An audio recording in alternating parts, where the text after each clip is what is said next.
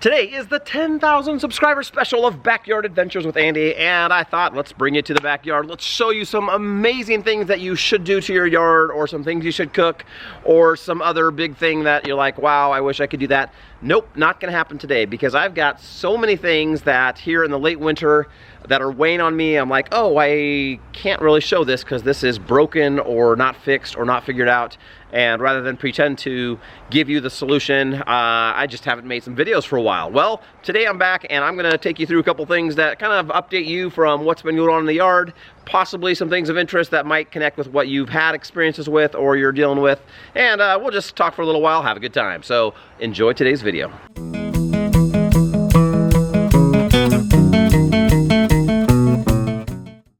So yes, as I was thinking about what to show you today and what to kind of celebrate and also update you with from my backyard adventures, pretty much what I have is a couple different messes or broken things. And I want to first off start with one of the things I was super excited about this last summer, at the end of summer, fall, and that is this patio, kind of a DIY, make your own pavers in place. You don't necessarily have to do some of the groundwork that you would with other pavers. Pretty simple, very, very cheap, very time consuming.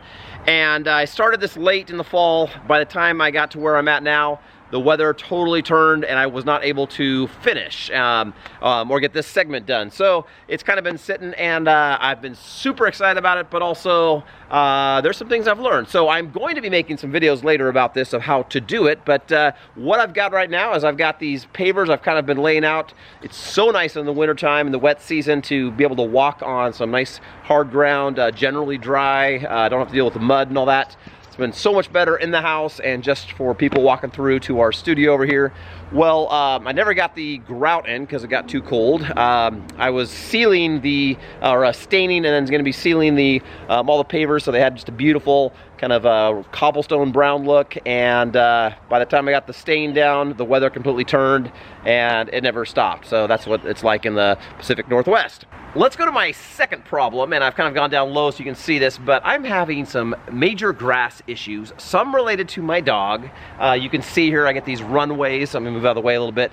These runways where the dog just kind of scampers through it. We are constantly throwing the ball all winter, and I get these just ruts of where she likes to travel. And then second, I've got these unusual holes. Let me take you back and show you some of these. Anyway, here's the story. I do have some drain field back here. So I know that there are some situations where water and just the way air is or something, there could be something there. But I've got all these holes showing up. And I'll get like, I don't know, one or two that I notice here and there, and then a couple more.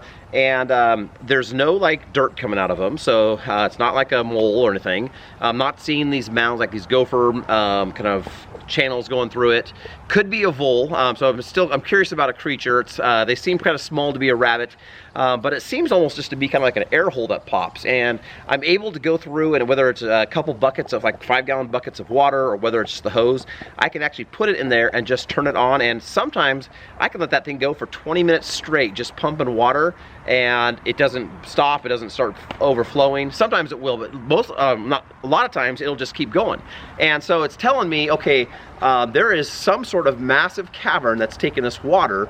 Is this like a major sinkhole, my wife says, that's gonna like collapse on her house or what?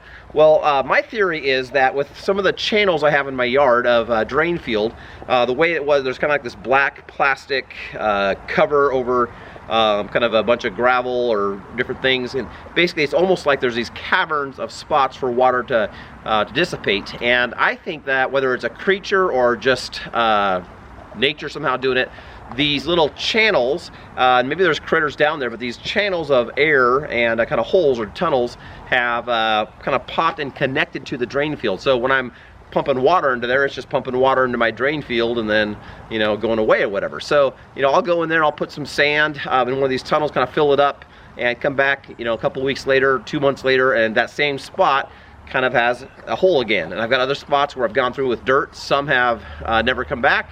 Some of these have, over time, I've like, oh, there's another hole, and that's usually like months. But let me show you a couple of these. So you can see here, you can't even tell that there's really a hole there unless you stand there, but I've got one there. Yesterday I actually went and just filled this one in with, like, you know, probably 5 gallons of mud and just kind of filled this spot in. But back here, this cedar dropping, there's another hole there. And I actually put my hose in there yesterday for, I don't know, 10-15 minutes. Nothing happened. There's not really drain field around here, but I'm guessing it kind of goes out to where my drain field is. Here's another sample. There's just these, and a lot of times you can't even really see because of the way the grass is. This is probably the most visible. So they're not big holes, you know, maybe an inch, 2 inches. As I walk over them, sometimes they kind of sink. I don't know if you can tell. So anyway, whether it's a critter or whether it's just something connected to the drain field, I don't know, but it's driving me crazy. I've got probably 8 of these active right now, and you know, maybe a couple of weeks ago I had double that. I've kind of gone through and sealed some up, but I just can't quite figure these ones out. And we like to play volleyball here in the nice summer season, have this just kind of be nice and beautiful flat. And some of that is causing the unevenness. I'm like, oh, it doesn't quite look right. Or you walk along and you're like, oh yeah, there's definitely a low spot there. So I don't know, but that's one of the ones I'm gonna be figuring out. Hopefully get this taken care of. Okay, I got another one here, and that is dealing with these apple trees and then the woodshed behind me. It's actually kind of a two here. This is my beautiful cosmic, well, I love it. My cosmic crisp tree, I'm in love with it. It's amazing. I've had it for, I think it's now 3 years, and I got fruit for the first time last year. Every year I make a video about it, or 2, and it's doing well, it's healthy. I've got some grafts on there. So, but in the winter, it's so boring to look at. There's not much to talk about as far as like, okay, this is how you prune it. You can only watch so many of those videos, but I got that. I've got some other apple trees behind me. And then that woodshed, which is, I'll show you in a second. It looks like it's just kind of tipping over. It's one of my early construction things before I really figured out how to build correctly. I didn't even really watch YouTube videos. I don't know what I did for that. Anyway, it's embarrassing, but that thing needs to go. I want to kind of build maybe a chicken coop, greenhouse, wood storage structure that looks good, but also using a lot of that wood in the process, save some money, kind of recycle that. So that's a big one I want to do this year. I'd like to show you, hey, here's how it was done. It was done for my 10,000 subscriber special, but no, it wasn't. So another thing on my wish list, maybe that's coming this summer, so we'll see.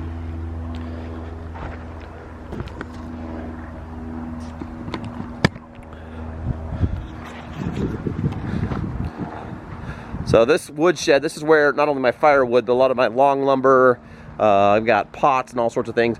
But I don't know if you can actually even tell.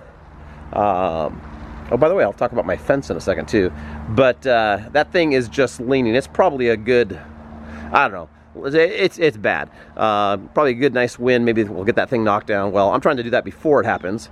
But anyway, I'd love to be able to build something that kind of combines the chickens going out into the garden in certain times. I can have my wood storage and all that here. Here's these apple trees doing super well. Fruit buds all over. Now they don't look good to most people like this, but man, they're ready to go. Both of them though, I've just noticed they've been leaning. Actually, all my trees, oh my goodness, there's just problems everywhere. They're leaning all over. So I got to figure out some stakes and get these things nice and straightened up. By the way, here's the garden. That is not looking like anything special at the moment, but kind of the thornless blackberries back there. There's dahlia stuff you can't see. I didn't dig up all those. Just, it's dirt. There's my marionberries. There's asparagus behind it, raspberries. I got my strawberry beds that have not yet come back to life. This pear tree here, this is kind of cool. You can see lots of great buds. Let me put my hand behind it. You can kind of see that better, but yeah, the buds are just about to burst. They're small trees, but they're looking pretty healthy. So yeah, kind of bland, but that's kind of what's going on back here. And then another part of the yard that I'm actually pretty excited about, showing you some things I've been learning, is dealing with the black stone behind me. So it's kind of a birthday present, yeah, birthday present from my wife.